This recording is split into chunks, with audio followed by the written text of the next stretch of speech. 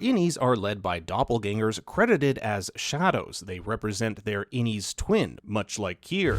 Kier's twin was always with him. Traversing the harsh landscape, they find the coveted fourth appendix. It is the tale of Kier's twin brother, Dieter. The name Dieter derives from German meaning army or warrior of the people, a staunch contrast to Kier, which means the dark one. We have to ask ourselves two questions. Did Dieter ever exist? And if he did he actually die? Dieter's death in the story is insanely unbelievable. It is said his eye spontaneously popped out and turned into sap while his hair turned into moss and fell off. Since this story was allegedly written by Kier on his deathbed, it's highly probable this is the ravings of a man who is in the throes of mental illness. If I were a writer on this show, it would make for some insane TV if Dieter lived. Here's why. We know Kier Egan and his offspring would go on to create Lumon and entrench itself into the everyday lives of the people. Dieter's name being warrior of the people could create a whole opposing force to Kier and Lumon.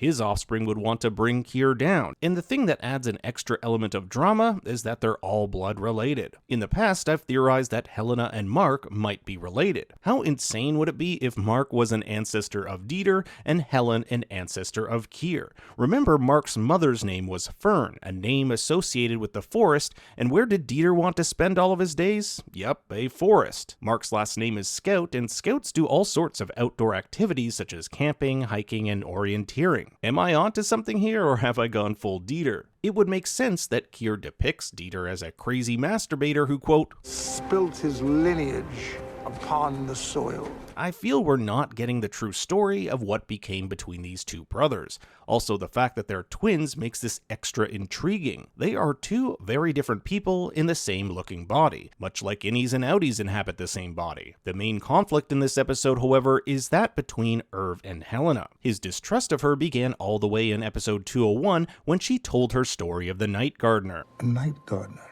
Over the course of 204, he'll go completely unhinged to prove that Helly isn't who she says she is, stating at the end the real Helly would never be that cruel. But more on that in a bit.